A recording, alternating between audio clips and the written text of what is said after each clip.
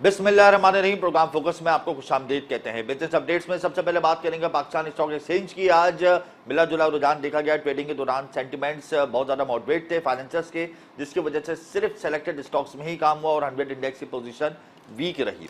100 index की closing 77,700 के level पे हुई। 84 पॉइंट्स की कमी के साथ हमने आज क्लोजिंग देखी। इंटरडे हाई 77,900 का रहा और इंटरडे लो 77,400 का रहा। 78,000 की नफसाती हद खो बैठा 100 इंडेक्स। उसकी बुनियादी वजह सियासी हलचल है, मौशी हालात हैं और इंटरनेशनल जो प्रेशर है वो भी हम देख रहे हैं स्टॉक मार्केट में। जो इंटरनेशनल रिसेशंस हैं या जो बैनुल अक़वामी मामलात में जो कशीदगी है, उस हवाले से भी जो सेंटिमेंट्स है वो बहुत ज़्यादा मॉडरेट है। और oil and gas sector, banking sector और आईटी सेक्टर के शेयर्स में खरीदो फरोख्त देखने में आई। मजमूई तौर पे 196 कंपनियों के शेयर्स में इजाफा और 183 कंपनियों के शेयर्स में हमने कमी देखी। मजमूई तौर पे 380 मिलियन का वॉल्यूम आज रिकॉर्ड किया गया।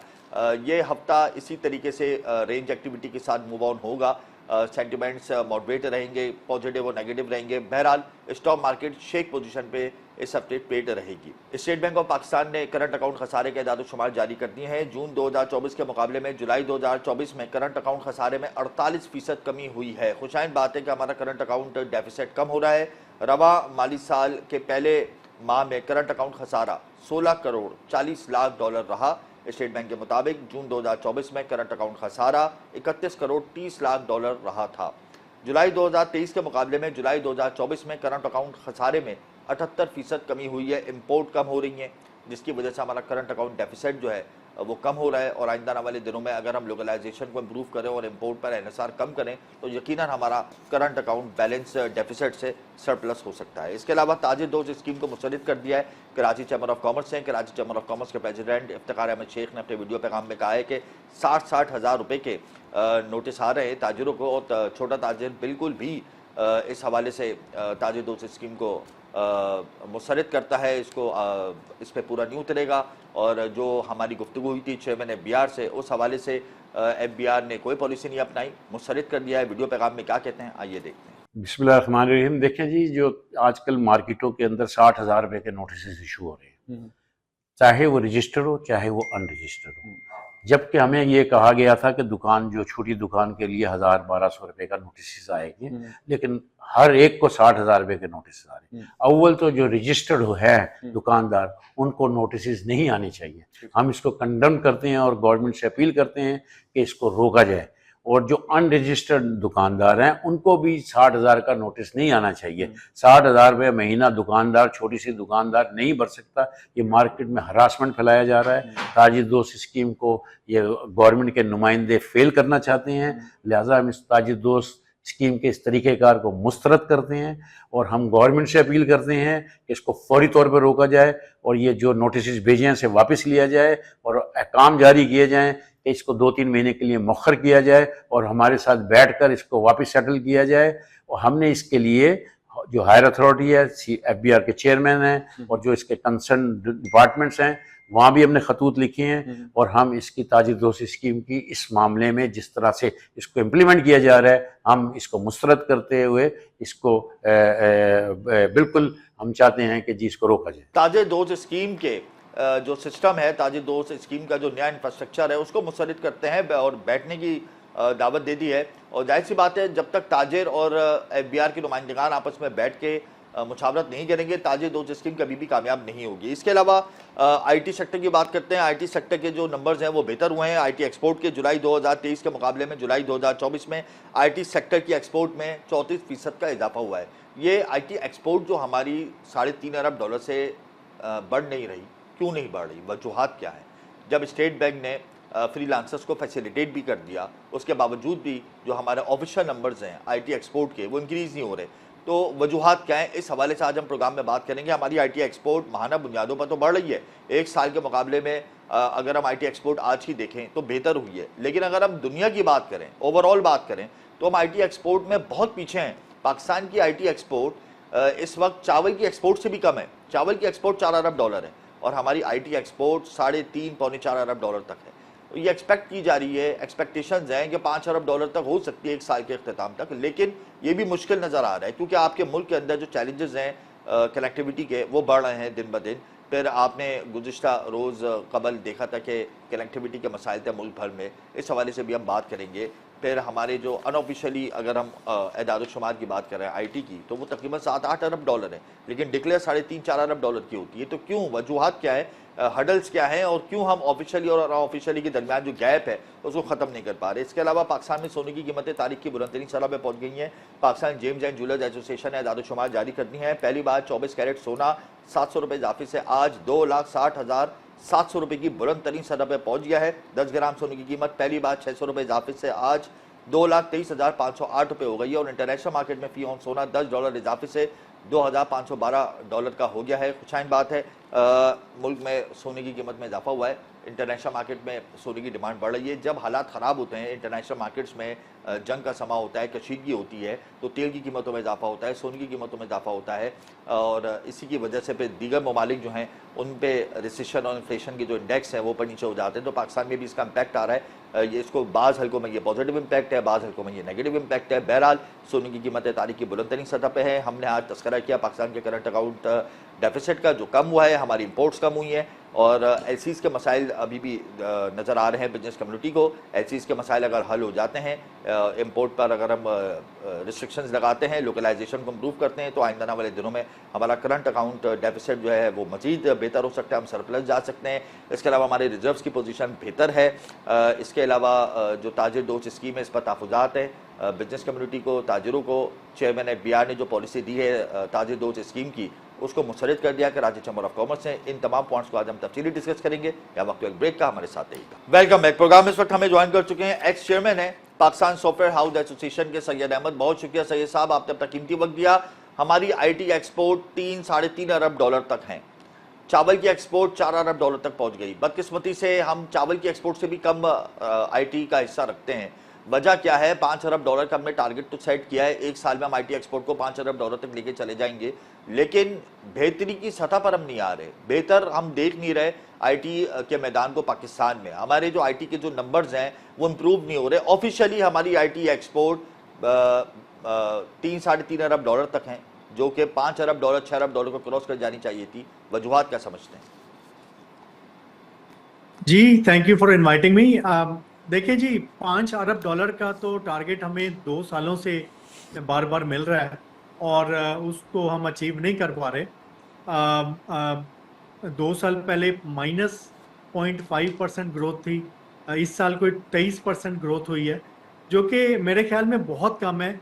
आईटी इंडस्ट्री कम से कम 100% ग्रोथ कर सकती है, और अगर गवर्नमेंट की सपोर्ट प्रॉपर हो तो 150-200% भी ग्रोथ कर सकती है।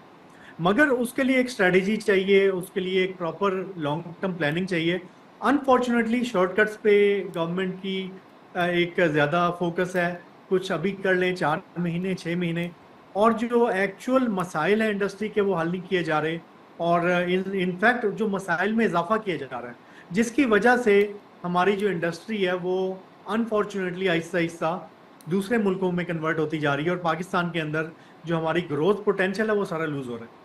अच्छा सैयद साहब, ये बताएं कि जुलाई 2023 के मुकाबले में जुलाई 2024 में आईटी एक्सपोर्ट में 34% इंक्रीज हमने देखा है। खुशाइन बात है, लेकिन ये 34% इंक्रीज भी नाकाफ़ी है। तो किसको कसूरवार समझते हैं? गवर्नमेंट की स्ट्रेटजीज को समझते हैं, स्टेट बैंक की पॉलिसीज़ को, या एफबीआर के रवैये को, जिसकी वजह से हमारी आईटी एक्सपोर्ट उस सतह पर नहीं पहुँच पा रही है जो हमने टारगेट सेट किए हैं? देखिए, ये मैं कहूँगा ये सारी चीज़ें इसमें शामिल हैं, और इसके साथ हमारे पास जो स्किल के इश्यूज हैं, स्किल डेवलपमेंट के, उसको भी आप साथ में ला लें। So mainly ease of doing business जिसको हम कहते हैं जी। वो एक बहुत बड़ा मसला है।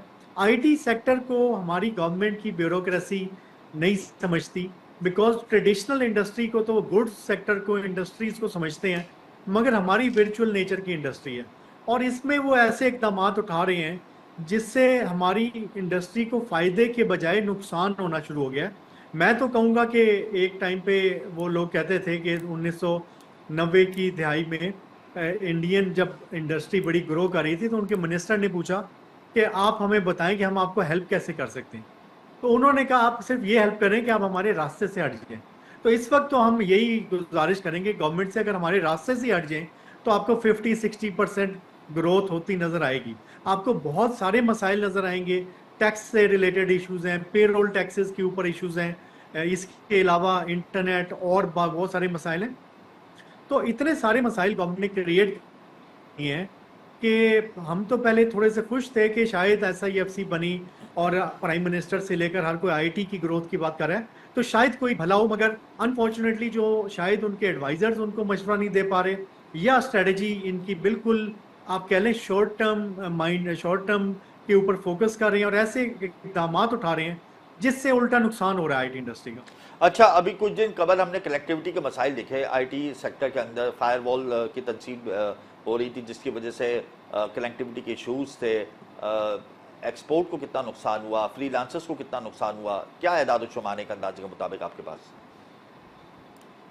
देखें, इसका तो नुकसान मैं कहता हूँ कि कैलकुलेट नहीं किया जा सकता, क्योंकि बेसिकली IT सेक्टर में सबसे ज़्यादा इम्पोर्टेंट होता है एक ट्रस्ट और एक आपकी इमेज, जो कि आपके मुल्क का और आपकी इंडस्ट्री का होता है। 2006 में एक दफ़ा अंडर सी जो केबल थी फाइबर ऑप्टिक की, वो कट गई थी और पाकिस्तान एक हफ्ते के लिए इंटरनेट नहीं चल रहा था। उस एक हफ्ते के अंदर कॉल सेंटर इंडस्ट्री सारी तबाह हो गई थी और उससे पहले एक एक घर में कॉल सेंटर इंडस्ट्री लग रही थी और वो लिटरली अगले 10 साल फिर वो इंडस्ट्री खड़ी नहीं हो सकी दोबारा। अब हमारा भी जो ये मसला है, अभी शायद ये हफ्ता 2 हफ्ता कॉल सेंटर की इंडस्ट्री वाइंड अप हो गई पाकिस्तान में, तो यहाँ पर जो फायरवॉल की तनसीब की वजह से जो कनेक्टिविटी के इश्यूज थे वो तकरीबन 1.5-2 हफ्ते रहे, तो उससे आप क्या समझते हैं कितना भी नुकसान हुआ होगा? देखिए, अब इसका नुकसान मैं समझता हूँ कि लॉन्गर टर्म में बहुत ज्यादा हो रहा है। इस वक्त जो हमारे इंटरनेशनल कस्टमर्स होते हैं जी, तो वो इसको बड़े क्लोजली देख रहे होते हैं कि ये यहाँ पे अगर आप उनकी मीटिंग्स उनकी डिसरप्ट हो रही हैं और वो उससे फिर कॉन्ट्रैक्ट लूज होने शुरू हो जाते हैं। तो हमें इस तरह की रिपोर्ट्स आ रही हैं जहाँ पे लोग कह रहे हैं कि हमारा कोई कॉन्ट्रैक्ट लूज हो गया या हमारे क्लाइंट्स जो हैं वो अब दूसरी जगहों पे देख रहे हैं बिकॉज कि यहाँ पे इंटरनेट नहीं है। तो इसका नुकसान तो हमें आगे जाके नजर आएगा कि जब हमारे एक्सपोर्ट्स के फिगर्स अगले महीनों के जब नजर आएंगे। मगर मैं समझता हूँ कि यह hundreds of millions of dollars का इम्पैक्ट आ सकता है अगर उन्होंने फौरी तौर पे इस इंटरनेट के मसले को फिक्स नहीं किया। अच्छा, ये बताएं कि हमारी जो ऑफिशियली IT एक्सपोर्ट है वो 3-3.5 अरब डॉलर तक है। अनऑफिशियली की अगर मैं बात करूं तो तकरीबन 7-8 अरब डॉलर पाकिस्तान की IT एक्सपोर्ट है। फ्रीलांसर्स पैसा पाकिस्तानी नहीं लेकर आ रहे, मुख्तलिफ खलीजी ममालिक के अंदर वो ऑफिस खोले हुए हैं और वहाँ पर वो पैसा पार्क हो जाता है और फिर पाकिस्तान नहीं आता और शो ये किया जाता है कि भाई हमारी IT एक्सपोर्ट बतदरीज कम हो रही है। तो ये कुछ कसूर तो फ्रीलांसर्स का भी है ना, जो IT से मुंसलिक इदारे उनका भी है कि वो अपना पैसा यहाँ पे नहीं लेकर आ रहे हैं। इवन ये कि उनको 50% का ऑफ दिया हुआ है by source of State Bank. तो क्या समझते हैं कि कुछ गलतियाँ IT सेक्टर की अपनी जाती भी हैं? देखिए, मैं तो ये कहूँगा कि ये तो सारा मसला क्रिएट ही गवर्नमेंट ने किया है, जो कि इन्होंने एक बहुत बड़ी डिस्पैरिटी क्रिएट की है।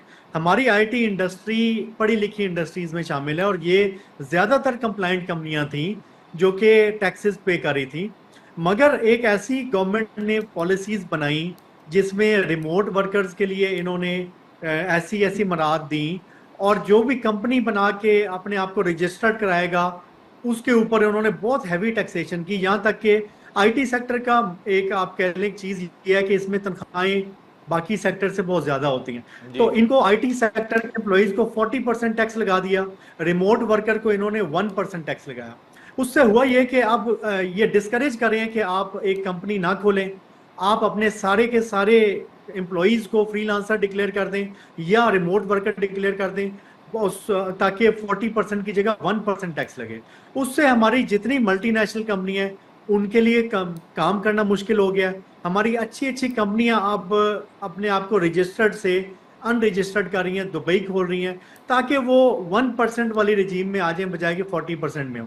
तो हमने बहुत दफ़ा गवर्नमेंट का इस तरफ तवज्जो कराई है कि अगर आप एक जगह 40% टैक्स कर देंगे, एक जगह बिल्कुल दरवाज़ा खुला छोड़ेंगे 0% 1%, तो नेचुरली पूरी इंडस्ट्री अंडर द ग्राउंड चली जाएगी।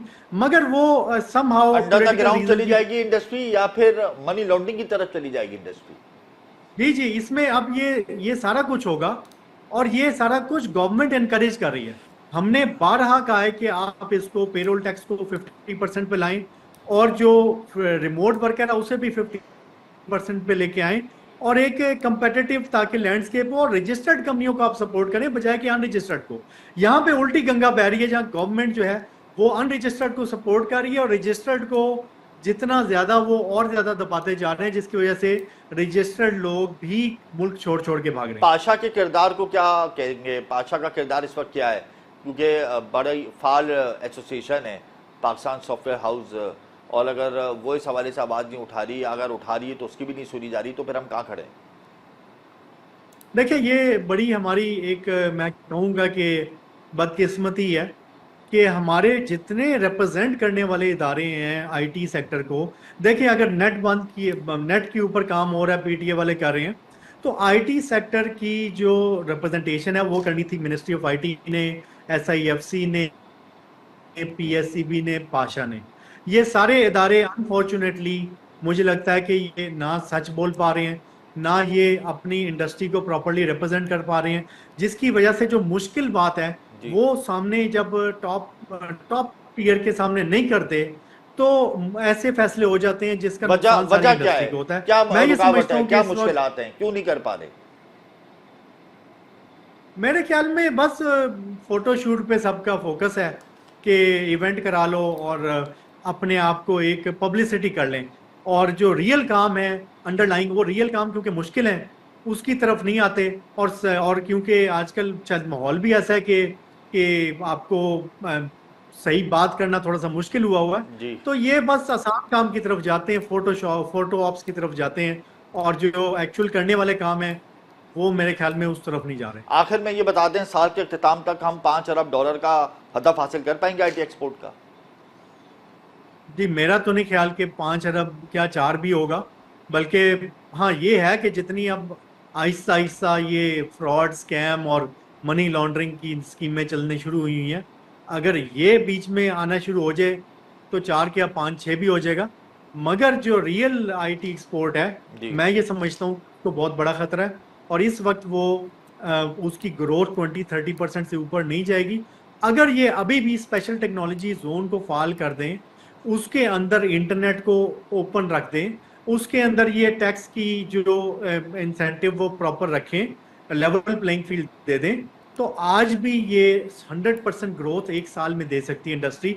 मैं गारंटी देता हूं कि ये 6 अरब 5 नहीं 6 हो सकती है, मगर उसके लिए गवर्नमेंट को कुछ मेजर स्टेप लेने पड़ेंगे, जिसमें स्पेशल टेक्नोलॉजी जोन को ये फाल करें, प्लस ये जो इंटरनेट का मसला है और जो पेरोल टैक्स का मसला है इसको हल करें।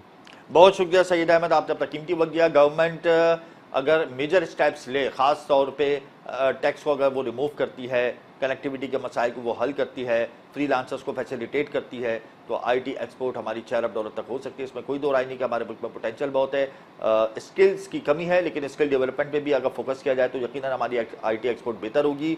फ्रीलांसर्स को फैसिलिटेट करें और आईटी एक्सपोर्ट को बेहतर करें, यह है सिंपल फार्मूला। या वक्त एक ब्रेक का, हमारे साथ रहिएगा। मैं प्रोग्राम इस वक्त में ज्वाइन कर चुके हैं रिजवान इरफान, सदर हैं इलेक्ट्रॉनिक डीलर्स एसोसिएशन के। बहुत शुक्रिया रिजवान साहब, आपने अपना कीमती वक्त दिया। ताजिर दोस्त स्कीम जो एफबीआर की जानिब से जारी की गई है उसको आप लोगों ने मुस्तरद कर दिया और एहतजाज की कॉल भी दे दी है 28 अगस्त को, और मुल्कगीर एहतजाज होगा, इसमें आप लोग भी पार्टिसिपेट करेंगे। कराची से इजाफी टैक्सेस के हवाले से आप लोगों का एहतजाज होगा। फिर बिजली के जो बिल है वो होशरुबा कीमतों में पहुंच गए, इस पर आप लोग एहतजाज करेंगे। तो क्या हुकूमत से रब्ता हुआ, हुकूमती किसी नुमाइंदे ने आपसे रब्ता किया, क्या हतमी फैसला कर लिया आप लोगों ने एहतजाज का, और ये स्कीम जो आप लोगों ने मुस्तरद की है इसकी बुनियादी वजूहत क्या है? सबसे पहले आपका बहुत बहुत शुक्रिया जी। देखिए, एहतजाज तो हो गया, 2 मरतबा एहतजाज हो चुका है, पहले 1 तारीख को हुआ, उसके बाद फिर 8 तारीख को हुआ। अब हम हड़ताल पे जा रहे हैं, पूरा पाकिस्तान जो है वो शटर डाउन हड़ताल पे जा रहा है 28 अगस्त बरोज़ बुध को।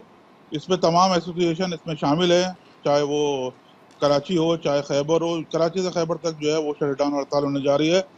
इसमें जो है वो तमाम लोग जो है भरपूर जो है अपना एहतजाज भी रिकॉर्ड कराएंगे और शटर डाउन भी करेंगे। देखिए, हमने पहले भी रिक्वेस्ट की, मीटिंगें हुई, उसमें बताया गया कि भाई आपने ताजिर दो स्कीम जो है ये आपने एक ताजिर दोस्त के लिए निकाली थी या ताजिर दुश्मनी की स्कीम निकाल दी। आपने एक दुकानदार जो है वो छोटा दुकानदार हो या जो बड़ा दुकानदार हो, आपने उसके लिए एक क्राइटेरिया कर दिया, 60,000 रुपये आपको माहाना एडवांस टैक्स देना है। 60,000 महीना एडवांस टैक्स कैसे देगा और वो लगता है तकरीबन कोई साल का 7,20,000 रुपए। ये जी। कौन सा हिसाब है? मेरी समझ से बालातर है। गवर्नमेंट जो है कोई बात करने को तैयार नहीं है, ना उस पे जो है मसला हल करने को तैयार है। अब नोटिस आने शुरू हो गए दुकानदारों को, और बाकायदा जो है उसमें लिखा जा रहा है कि भाई आप इसको जमा कराएं, अगर जमा नहीं करेंगे तो आपकी दुकानें सील करेंगे। तो ये सिलसिला जो है, ये सिलसिला रुकना चाहिए। अगर ये नहीं हुआ तो जो है हड़ताल का जो है दौरानिया बढ़ भी सकता है और इसमें शिद्दत भी आ सकती है। और इसके अलावा हमने जो है बिजली के जो टैक्सेस के मुतालिक बिजली में जो बिल बढ़ रहे हैं, टैक्सेस लग रहे हैं, इसके लिए आवाज़ उठाई। और तीसरा जो IPPs का मसला है, आपको पता है जो जी। IPPs के लिए जो आप जो बिल नहीं बना रहे, जो अपना बिजली नहीं बना रहे, उसको भी आप और हमारे से पैसे जो है दिए जा रहे हैं। तो ये कहाँ का इंसाफ है? ये जो है इसको हम जो है इसकी कंडेम भी करते हैं, और इसके लिए जो है अब हड़ताल का जो है सिलसिला। तो रिजवान इरफान, एक रोजा आप लोग हड़ताल करेंगे या गैर मुइना मुद्दत तक की ये हड़ताल होगी? देखिए, पहले तो एक टोकन हड़ताल कर रहे हैं 1 दिन के लिए। जी। अगर हमारा मसला हल भी नहीं हुआ तो ये गैर मुइना मुद्दत तक की हड़ताल हो सकती है। ये मशावरत है जो है ये फैसला किया गया है, और इंशाल्लाह जो है ये। रिजवान इरफान, अदालत का दरवाज़ा आप लोगों ने नहीं खटखटाया। अगर आप अदालत जाएं और पिटिशन लगा लें कि हम टैक्सेस अदा नहीं कर सकते और जो टैक्सेस आयद करने का मैकेनिज्म है इस पर आपके तहफ़्फ़ुज़ात हैं, तो उस पर अदालत से आप अपने लिए इंसाफ ले सकते हैं। तो क्या देखिए, आप लोगों की मुशावरत हुई है इस हवाले से? देखिए, अदालत के लिए तो फेडरेशन में जो है IPPs के लिए जो है उन्होंने पिटिशन डाली है सुप्रीम कोर्ट ने। इसके लिए जो है बिजली के सिलसिले में भी जो है हमारे जो है ताजिर रहनुमाओं हैं, उन्होंने भी पिटिशन की है। लेकिन ये जो आपका ताजिर दो स्कीम है, इसके लिए अभी तक कोई जो है वो कोर्ट में नहीं गया। वजह ये आपको बताऊं मैं, ये कहते हैं कि हमारा जो है पास हो गया है असम्बली से, लेकिन ये कौन सी असम्बली पास कर रही है कि ताजिरों को जो है वो दबाया जा रहा है। हम जो टैक्स देते हैं, पूरा पाकिस्तान का 70% रेवेन्यू टैक्स दिया जाता है इस कराची शहर और इस सदर टाउन RTO 1 से। जो टैक्स दे रहे हैं उन्हीं को दबाया जा रहा है, जो टैक्स नहीं दे रहे हैं आप तो उसके खिलाफ कार्रवाई करें ना। ये तो आपको कंपलसेट कर देंगे। अगर आप रिटर्न जमा कराएंगे तो उसमें तो आपका ये एडवांस चेक कंपलसेट हो जाएगा। फिर क्या प्रॉब्लम है आपको? देखिए, कभी भी सरकार के खजाने में पैसे जाने के बाद वापस नहीं होते हैं। आज तक तो जो हमारी जो है देखा है हमने, आज तक जो है खजाने में जाके पैसे वापस नहीं होते। ये जो है ये गोरखदिद्दा बनाया हुआ है, एक जो है डॉक्यूमेंटेशन का जो है उलट फेर है। मेरी समझ में नहीं आता। इनकम टैक्स जो है वो दिया जाता है इनकम पे, ये एडवांस टैक्स कौन सा लिया जा रहा है? ये मेरे समझ से बालतर है।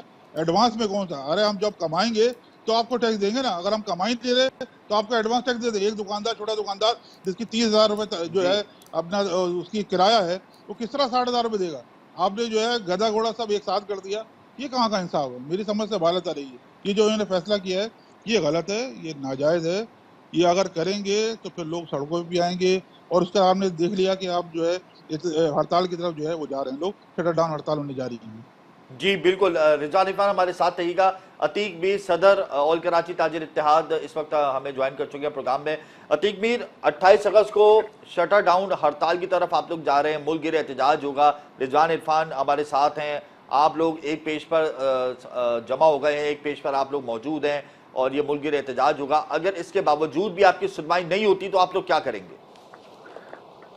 देखिए, जिस किस्म के हालात मौजूदा हुकूमत ने पैदा कर दिए हैं जी, ये पीछे हटने वाला मामला नहीं है।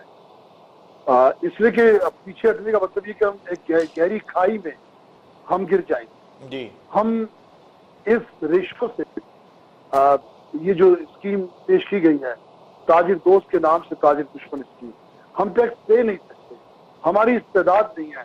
इस वक्त जो सूरत हाल कारोबारी है, कतई तौर पर हमारे लिए मुमकिन नहीं है कि हम ये अदा कर सके।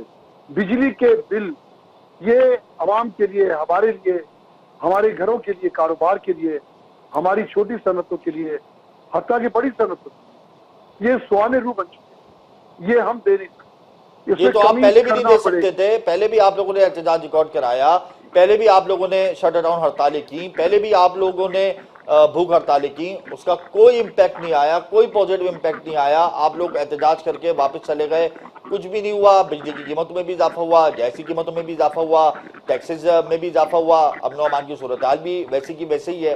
तो अब आप दोबारा एहतजाज कर रहे हैं तो ये हुकूमत तो उसको सीरियस ही नहीं लेगी। क्यों नहीं सीरियस लेगी? देखें हमजा, बात ये है, एक काम होता है कि मुश्किल है और एक काम है कि मुमकिन नहीं है जी। ये इस वक्त हम जहां खड़े, ये नामुमकिन सूरत हाल, यानी हम चाहे भी तो कदम आगे बढ़ा नहीं सकते, चाहे भी तो इसको एक्सेप्ट कर नहीं सकते।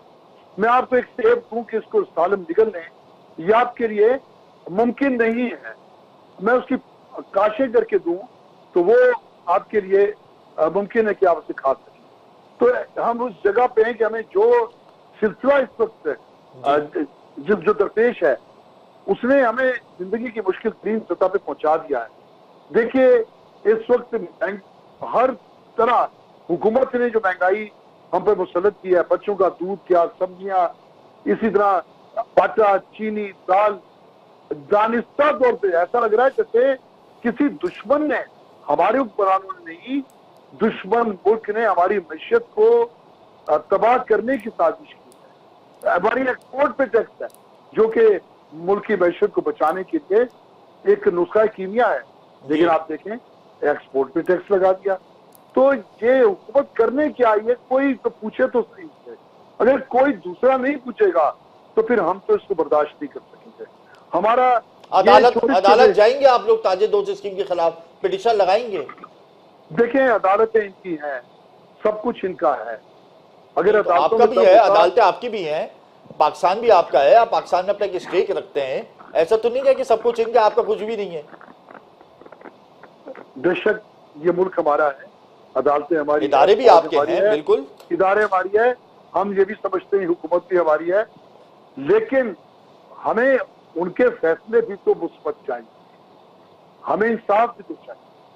कभी स्लो मोटर एक्शन लेते थे इस मुल्क में चीफ जस्टिस ऑफ पाकिस्तान, वो स्लो मोटो कहां दफन हो गया? इतने छोटे छोटे इक़दाम से स्लो मोटो होता था, आज अवाम खुदकुशियां कर रही हैं, कहीं स्लो मोटो नहीं है। कहां चले गए वो मुस्लिम, कहां चले गए? एक अंदाजे के मुताबिक आपका जो ट्रेड साइकिल है वो कितना डिक्रीज हुआ है as compare to previous years, इसके क्या इदाद शुमार है आपके पास? देखें मैं सिर्फ मुख्तसरन आपको ये एक रेशो बता रहा हूं कि एक साल के अंदर अंदर हम 60 से 70% डिक्लाइन पे चले गए। हम 90% ताजिर मूड़ी खा रहे हैं, अपना पसंदाज किया हुआ पैसा खा रहे हैं, कारोबार खट रहे हैं, सिमट रहे हैं, नए कारोबार और सरमायाकारी की शरह 5% भी नहीं है। ऐसे में यकीनन ये भारी टैक्सेस हम नहीं दे सकेंगे, भारी टैक्सेस आप लोग नहीं दे सकेंगे। रिजवान इरफान मैं आपकी तरफ आऊंगा, ट्रेडर्स जो हैं उनके बारे में ये खबरें भी आती हैं, ये शिकायत भी आती हैं सरकारी इदारों की जानिब से कि ये स्मगलिंग के अंदर भी बड़े मुलव्विस होते हैं, स्मगलिंग के हेर फेर के मामला भी ट्रेडर्स के बहुत आ रहे हैं। तो FBI को भी इस हवाले से तहफ़्फ़ुज़ात हैं, सिक्योरिटी एजेंसीज को भी बड़े तहफ़्फ़ुज़ात हैं, तो इस हवाले से आप लोगों के क्या इक़दाम हैं? देखिए स्मगलिंग तो आपने बात की, तो स्मगलिंग कोई सामान कोई उड़ के तो नहीं आता ना, इन इलाकों से आता है, इन रोडों से आता है। तो कितनी चौकियां हैं रास्तों में, वहीं से क्लियर होके आता है ना। तो वो ऑर्डर दिया जाता है, सौदे बनाए जाते हैं, तभी तो आता है ना। तो उसमें इनिशिएटिव जो है वो तो ट्रेडर्स की जानिब से भी होता है। रोकने वाले भी वही, पकड़ने वाले भी वही, और जो है वो लेकिन माल मंगवाने वाले तो कोई और है ना। तो इसीलिए मैं ये कह रहा हूँ कि जो स्मगलिंग फैक्टर है वो ट्रेड साइकिल के अंदर है ना हमारे मुल्क में, मंगाया जाता है ना। देखिए आप बताऊं मैं आपको, स्मगलिंग की जो बात आप छोड़ दें, यहाँ कारोबारी नहीं है, इतनी महंगाई हो गई, लोगों की खरीदारी से बाहर कारोबार नहीं है, तभी तो स्मगलिंग साइकिल पनप रहा है, स्मगलिंग साइकिल इंप्रूव हो रहा है, बढ़ रहा है, इंक्रीज हो रहा है। स्मगलिंग जो होती है वो सिर्फ गवर्नमेंट की नाअहली की वजह से, गवर्नमेंट अगर टैक्सेस बढ़ाएगी, उसमें ड्यूटियां बढ़ाएगी, तो जब भी स्मगलिंग होगी। आप क्यों उसको जो है मतलब ट्रेडर्स का कोई कसूर ही नहीं है, हर कसूर हुकूमत का है। मान लेना कहीं ना कहीं तो ट्रेडर भी गलत होगा। हुकूमत की पॉलिसी होगा, हुकूमत की पॉलिसियां हैं, हुकूमत की नाकिस पॉलिसी की वजह से होता है। देखिए पहले भी जो है काम होता था, ड्यूटियां आपकी कम थी, उससे जो है वो जो है गवर्नमेंट को रेवेन्यू मिलता था, ना कि जो है वो स्मगलिंग में जाता था। आपने ड्यूटियां आपने जो है बढ़ा दी, टैक्सेस बढ़ा दिए, तो वहाँ जो है वो रिश्वतखोरों के पैसे जा रहा है जेब में, तो उनके पास पैसे जा रहा है। आप तो जो है आपको तो एक ऐसा स्कीम लानी चाहिए कि लोगों के लिए आसानी हो, टैक्सेस कम हो, ताकि गवर्नमेंट को रेवेन्यू मिले, गवर्नमेंट को जो है ज्यादा टैक्स मिले। कौन बोलता है आपको जो ये गवर्नमेंट भी चाहती है कि उसको रेवेन्यू मिले, गवर्नमेंट भी चाहती है उसको रेवेन्यू मिले, लेकिन बहुत सी शिकायत सामने आती हैं, बहुत सी रेड्स, बहुत सी खबरें हमारे सामने आती हैं कि FBI और कस्टम ने जो है वो छापे मारे और माल को जब्त किया है। अतीक मीर आप कुछ कह रहे थे स्मगलिंग के हवाले से? जी मैं कह रहा था कि इसमें ये एतराफ है कि ताजिरों में भी एक तबका है जी जिसका काम स्मगलिंग करना है, और आप ये सबको इल्जाम नहीं दे सकते, अच्छे बुरे हर जगह होते हैं। लेकिन ये बताइए, एक शख्स अगर कानून को रिश्वत देकर काम करवाता जी। है और कानून भी मान जाता है, जी, तो फिर मुजरिम कौन हुआ? कानून हुआ या रिश्वत देने वाला? तो ऐसे लेकिन- लोगों की निशानदेही आप लोग करें ना, ऐसे लोगों की मार्केट्स की निशानदेही आप लोग मुतल्लिका इदारों को करें, अदालतों में जाएं, पिटीशन लगाएं, मीडिया को बताएं कि भाई ये हैं वो ताजिर, ये हैं वो मार्केटें जहाँ पे स्मगलिंग फैक्टर सबसे ज्यादा है, और यहाँ पे ये इदारे मुलव्वस हैं या इन इदारों के एहलकार मुलव्वस हैं, ये हमारे पास सबूत है। आप लोग एहतजाज तो कर रहे हैं हुकूमत के खिलाफ, अपनी जो ट्रेड बॉडीज हैं उनके अंदर भी जो काली भेड़ है उनके खिलाफ भी तो आप एक्शन लेना, उनकी छाटियां करें, ताकि आप लोगों का जो सिस्टम है वो बेहतर से बेहतर हो सके। देखिए, यहाँ तो फिर स्मगलिंग का माल पकड़ा जाता है। आपने कभी सुना कि बॉर्डर पे इतने लोगों को इस जुर्म में नौकरी से निकाल दिया गया?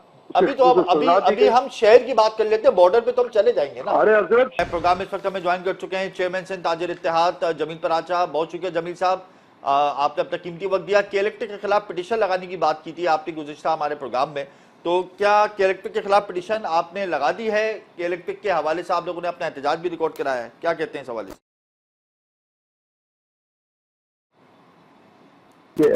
7 दिन का तो नोटिस का टाइम होता है। जी जिस दिन पिटीशन लगाई थी मैं उसी दिन हाजिर हुआ था, और 1 हफ्ते का उनको मोहलत दी जाती है।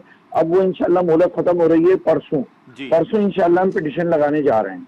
परसों आप लोग पिटीशन लगाने जा रहे हैं कलेक्टर के खिलाफ। उनकी जानिब से कोई जवाब आया? लीगल नोटिस जो आपने भेजा था कलेक्टर को? लीगल नोटिस का कोई जवाब नहीं आया।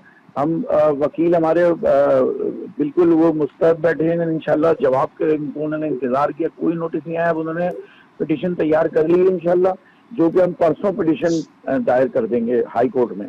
अच्छा, इस वक्त तमाम ताजिर तंजीमें एक प्लेटफॉर्म पे जमा हो गई हैं। इलेक्ट्रॉनिक डीलर्स वाले हों, कराची ताजिर इत्तेहाद हो, सिंध ताजिर इत्तेहाद हो, ऑल पाकिस्तान अंजुमन ताजरान हो, ये सब एक पेज पे जमा हो गई हैं और एहतजाज रिकॉर्ड कराएगी, शटर डाउन हड़ताल करेंगी। क्या समझते हैं कि आप लोगों का एहतजाज, शटर डाउन हड़ताल रंग लाएगा? क्या हुकूमत आप लोगों से मुज़ाकरात करेगी? क्या चेयरमैन FBR आपसे ताजिर दोस्त स्कीम के हवाले से बात करेंगे, या फिर आपको बहुत लाइट नोट पे रखेंगे? जैसे आप लोगों ने पहले एहतजाज किया था ऐसे ही आप लोगों के एहतजाज को लेंगे लाइट नोट पे और आप लोग अपने अपने कारोबार वापस खोल लेंगे? नहीं, देखें, इस वक्त अब जो जिस नहज पे हुकूमत हमें ले आई है ना, जी, वो काबिल गौर बात यह है कि वो अब कारोबार करने जैसा रहा नहीं है। 60,000 रुपये महीना कोई ताजिर नहीं दे सकता, बिजली के बड़े हुए बिल कोई ताजिर अदा नहीं कर सकता, और जो ये IPBs के मसले कैसे हम इसको पूरा करेंगे? सबसे बढ़ के बात यह है कि इन्होंने हमें अभी तक कोई ऐसा कॉन्ट्रैक्ट नहीं कर रहा है, कोई ऐसी मशावरत नहीं कर रहा है। बस FBR के दफ्तरों से कॉलें आती हैं सिर्फ लॉलीपॉप देने के लिए कि ताकि ये किसी भी तरह से जो है ना ये अपनी हड़ताल या अपने एहतजाज मौखर कर दें। लेकिन अब ये हम आपके चैनल के तवज्जुह से बता दें कि अब ये कोई हड़ताल, कोई भी एहतजाज जब तक मौखर हमारा नहीं होगा, जब तक हम नहीं छोड़ेंगे, जब तक हमारे मुतालबात मान नहीं लिए जाएं। क्योंकि हम इस वक्त अपनी कारोबार की निचली तरीन सतह पर आ चुके हैं, जो कि खत्म हो गया है तकरीबन लोगों का कारोबार इन सब चीजों की वजह से। आप मार्केटों का हाल देखें आगे, ऐसा लगता है कि कर्फ्यू लगा हुआ है, कर्फ्यू में हमने दुकानें खोली हैं। ये पोजीशन कारोबार की हो गई है, तो किस तरह से लोग सरवाइव करेंगे? कर ही नहीं सकते हैं। सियासी जमातें भी एहतजाज अपने रिकॉर्ड करा दी हैं, तो क्या सियासी जमात के जो एहतजाज हैं उसमें भी ताजिर बरादरी हिस्सा लेगी? देखिए, हम हर उस सतह पर एहतजाज करने के लिए तैयार हैं जो हमारे लिए हो। अगर हमारे इलेक्ट्रिक के मसले के लिए कोई आवाज उठाएगा हम उसके पीछे जाएंगे, FBR के लिए कोई आवाज उठाएगा हम उसके पीछे जाएंगे। मैं तो कहता हूँ तमाम सियासी जमातों को इस वक्त होश के नाखून लें, वो तमाम लोग बाहर आए हैं। अगर उन्होंने अपना वोट बैंक पक्का करना है तो इस वक्त ताजिरों का और अवाम का साथ दें। जो ताजिरों और अवाम का साथ नहीं रहेगा वो आइंदा ये समझेंगे वो ठप्पे लगा के भी नहीं जीत सकता, थप्पे लगा के भी नहीं जीतेगा। रिजवान इरफान, वैसे ताजिर कितना टैक्स देते हैं, कौन कौन से टैक्सेस अदा करते हैं? देखिए, सारी टैक्स हम लोग ले देते हैं। मिसाल के तौर मैंने पे आपको बताया ना कि 70% रेवेन्यू इस RTO 1 देता है। RTO 1 जो है सदर टाउन है सबसे बड़ा, किस मद जो पूरे में मुल्क किस पाकिस्तान मद में का है। और वो रेवेन्यू जमा करता है RTO 1? देखिए, RTO 1 जो है आप समझ सकते हैं, एक तो आप जो है इनकम टैक्स के मद में है, सेल्स टैक्स की मद में है, आप एडवांस टैक्स की मद में है, और बिजली के टैक्सेस के मद में है, और बेजा टैक्सेस हैं। हम वैसे बता एडवांस टैक्स को तो आप लोगों ने इतने मुस्तरद कर टैक्सेस दिया हैं, आप सोच भी नहीं सकते। जी। देखिए एडवांस टैक्स जो है वो उसमें बिजली के बिल में भी लग के आता है, अभी आपको पता है, बिजली के बिल में भी लग के आ रहा है एडवांस इनकम टैक्स, वो तो दे ही रहे हैं हम लोग ना। इसके अलावा अलग से एडवांस टैक्स मांग रहे हैं, ये कहाँ का इंसाफ है? मैं आपको बताऊं ना, मैं आपको, आप तो हर चीज, जो कोई अशिया भी लेते हैं उस पर टैक्स देते हैं, बिल्कुल। आप पेट्रोल डाल रहे हैं उस पर टैक्स देते हैं, चीजें लेते हैं उस पर टैक्स देते हैं, आप वो तो दे ही रहे हैं ना, आप वो थोड़ी आप कटवाते हैं, या आपका जो है आपके उसमें माइनस होता है। अब अगर आप लोगों आपको ने जो है आप लोगों ने 60,000 रुपए का टैक्स जमा नहीं कराया तो दुकानें सील कर देगा एफबीआर। ये एफबीआर ने नोटिफिकेशन आप लोगों को भेज दिया है। तो इस देखिए हवाले अगर से अगर इस नहज पे लेके नहीं जाए कि सील करें, अगर इस आए सील करने तो फिर यहाँ तसादुम होगा, यहाँ लोग जो है वो जो है लड़ाई झगड़ा होगा, अमन अमान की सूरत खराब होगी। अमन अमान की सूरत खराब होगी, तसादुम हो सकता है। बिल्कुल अतीक मीर, मैं आपकी तरफ आऊंगा। तसादुम भी हो सकता है, जाहिर सी बात है। वैसे ही सरापा एहतजाज जो आप लोग चिराग पा हैं, उसके बाद फिर एफबीआर का ये रवैया, तो कोई बीच का हल है कि एहतजाज या गैर मुइना मुद्दत की तरफ आप लोग जा रहे हैं या पिटीशन लगाने जा रहे हैं? कोई बीच का हल है? आप लोगों ने हुकूमत से रब्ता किया, हुकूमत के नुमाइंदों से रब्ता किया, कोई आपने लेटर लिखा, कुछ बीच का रास्ता आप लोगों ने अपनाया है, या बिल्कुल फाइनल हो गया आप बैठे हुए 28 अगस्त से हम लोग एहतजाज करेंगे? जी जमील पराचा, अतीक मीर के पास हमारी कनेक्टिविटी के इश्यूज हो रहे हैं, तो आप बताइए कोई बीच का रास्ता है क्या? देखिए बीच का रास्ता कोई नहीं है। इस वक्त हम सारी कश्तियां जला के आ चुके हैं। ये हाल है इस वक्त के। मैं समझता हूँ कोई ताजिर जो 15,000, 20,000, 25,000 रुपये महीना रेंट पे है, वो 60,000 रुपये महीना कहाँ से देगा? वो 25-25, 30-30 हजार के बिल कहाँ भरेगा? वो किस तरह से अपने घर को चलाएगा? वो किस तरह से अपनी रोटी को चलाएगा? इस वक्त ये सब चीजें नामुमकिन हो चुकी हैं। इसलिए ताजिर को कभी शौक नहीं होता कि वो रोडों पे निकले या हड़ताल। कराची चैम्बर ऑफ कॉमर्स आप लोगों के साथ खड़ा है, क्योंकि कराची चैम्बर ऑफ कॉमर्स ने भी ताजिर दोस्त स्कीम को मुस्तरद किया है, तो कराची चैम्बर ऑफ कॉमर्स आपकी आवाज बना रहा है, आपके एहतजाज में शामिल हो रहा है? देखिए अभी एक बयान आया, बयान से हमें पता चला है, उस बयान में कि हम ये इस स्कीम को मुस्तरद करते हैं। बाकी बिजली के बिलों के लिए तो हमारा सबसे बड़ा रोना ये है। कराची चैम्बर ऑफ कॉमर्स के साथ खड़े हुए हैं, कराची चैम्बर ऑफ कॉमर्स के पास जाएंगे, उन्होंने आपकी हड़ताल की हिमायत कर दी है, ये है मेरा सवाल। नहीं सुने, मेरी बात सुनने पहले। देखें जुबैर मोतीवाला साहब जो हैं कराची चैम्बर ऑफ कॉमर्स को लीड कर रहे हैं, हेड है वो उसके। जी जुबैर मेमन साहब जो है वो के इलेक्ट्रिक के इस वक्त एम्प्लॉयर है गवर्नमेंट की तरफ से। जी डायरेक्टर में, जी बिल्कुल ठीक है ना, डायरेक्टर है। बहरहाल उनका मेरा मकसद ये है वो उनके डायरेक्टर हैं। तो जब वो बैठ के हमारी पहले वो बात तो पूरी कराएं। हम चैम्बर के पीछे हमेशा जाने के लिए तैयार हैं, लेकिन चैम्बर हमारी बात तो करे पहले। चैम्बर हमारे लिए कहे तो सही कि हम वो जुबैर मोतीवाला साहब अपना रिजाइन देके बाहर आ जाए ना, वो बाहर आ जाए कि अगर हमारे लोगों के मसले हल नहीं हुए तो हम ये रिजाइन देते हैं, फिर देंगे पूरी कराची की ताजिर बिरादरी कैसे नहीं भागती चैम्बर के पीछे। बिल्कुल, यानी इख्तलाफात हैं। जुबैर मोतीवाला चूंकि इस वक्त के इलेक्ट्रिक के डायरेक्टर हैं, इस पर भी आपके तहफ़्फ़ुज़ात हैं। बहुत शुक्रिया रिजवान इरफान, आपने अपना कीमती वक्त दिया। जमील पराचा, अतीक मीर, आप लोगों ने अपना कीमती वक्त दिया, बहुत शुक्रिया। ताजिरों की सुनवाई नहीं हो रही, ताजिर एहतजाज अपना रिकॉर्ड करा रहे हैं। 28 अगस्त को कराची चैम्बर ऑफ कॉमर्स ने ताजिर दोस्त स्कीम पर तहफ़्फ़ुज़ात का इज़हार तो किया है, लेकिन ताजिरों की खुलकर हिमायत भी नहीं की है। जुबैर मोतीवाला के इलेक्ट्रिक के डायरेक्टर्स में से हैं, जिस पर ताजिरों को तहफ़्फ़ुज़ है। ताजिरों ने तहफ़्फ़ुज़ात का इज़हार किया कि भाई अगर आप डायरेक्टर हैं तो आप रिज़ाइन दें और ताजिरों की आवाज़ भरें। बिजली के बिलों में होशरुबा इजाफा हो रहा है, टैक्सेस बढ़ रहे हैं, एफबीआर 60-60 हज़ार रुपये के टैक्सेस के नोटिफिकेशन दे रहा है। इस हवाले से ये लोग 28 अगस्त को शटर डाउन हड़ताल कर रहे हैं और हालात मुस्तकिल ख़राब हो रहे हैं। जब कराची कमाएगा नहीं तो रेवेन्यू कहाँ से देगा, और जब रेवेन्यू देगा नहीं तो हम अपना 13,000 अरब का टारगेट जो साल में हमने टैक्स का इकट्ठा करना है वो हम कैसे अचीव करेंगे, ये एक बहुत बड़ा सवालिया निशान है। प्रोग्राम का वक्त यहाँ खत्म होता है, मुझे इजाज़त दीजिए, अल्लाह हाफ़िज़।